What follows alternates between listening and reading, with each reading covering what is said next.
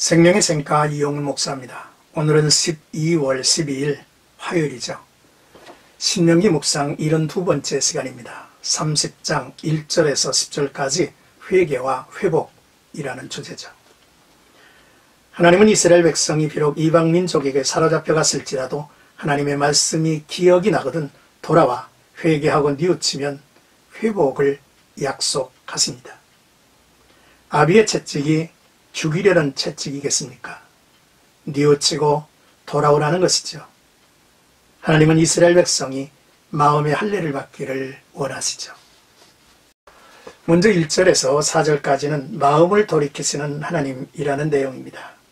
신명기 28장에는 순종할 때 받을 복과 불순종할 때에 받게 되는 저주의 말씀이 기록되어 있습니다. 안타깝게도 이스라엘 백성은 하나님의 말씀을 가볍게 여기고 하나님의 말씀에 불순종했죠. 그 결과 그들은 이방 나라의 포로로 잡혀가는 신세가 되었습니다.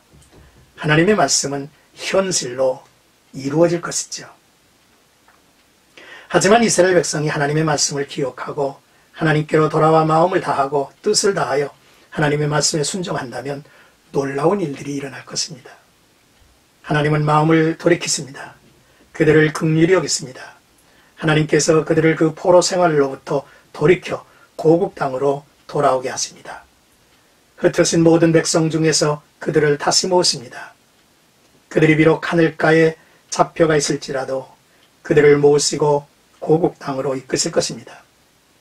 하나님께서는 능히 그렇게 하실 수 있고 또 그렇게 하실 것입니다.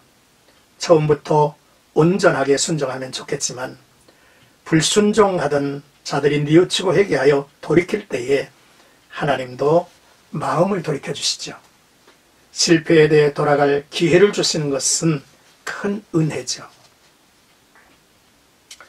이제 5절에서 10절까지는 내게 복을 주시리라 라는 말씀입니다.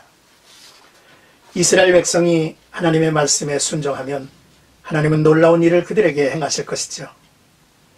회복한 그들이 고국 땅으로 다시 돌아오게 하십니다. 뿐만 아니라 그것을 다시 차지하게 하십니다. 단순한 회복을 넘어 하나님은 심지어 그들의 조상들보다 더 번성케 하실 것입니다. 그렇게 되기 위해서는 하나님이 이스라엘 백성의 마음에 베푸시는 할례를 받아야 하죠. 마음의 할례를 받는다는 것은 하나님 위의 것으로 향했던 모든 것을 끊어버리고 잘라버린다는 의미죠. 오직 하나님과 하나님의 말씀에 집중하는 것입니다. 마음을 다하여 뜻을 다하여 하나님을 사랑하게 되는 것이죠. 마음의 할례를 받아야 중심이 바르게 섭니다. 하나님만 바라보게 되죠. 그러면 하나님이 경고하셨던 저주는 그들을 미워하고 핍박했던 자들에게 내리시죠.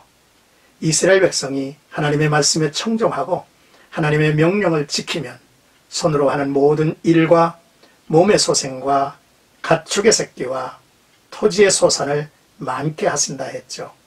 하나님의 기쁨이 될 것입니다. 사랑하는 성도 여러분, 회개하는 자에게 임할 회복의 축복을 확실히 말씀해 주신 것을 우리는 보았습니다.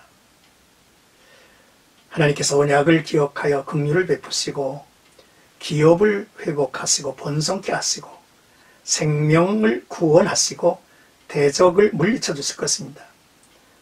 자녀와 재물과 건강의 축복을 얻게 하신다고도 했죠. 하나님이 보시기에 바른 회개는 자기 허물과 죄를 솔직히 인정하고 하나님께 돌아오는 것이죠. 이전의 악한 모습을 청산하고 마음과 성품을 다하여 말씀을 따라 살아야 합니다. 말이나 겉모습으로만 보이는 회개는 진정한 회개가 아니죠. 삶이 변해야 합니다. 그래야 하나님의 기쁨이 된다 하셨죠. 오늘도 나와 여러분들의 삶이 하나님의 기쁨이 되기를 주의 이름으로 축복합니다.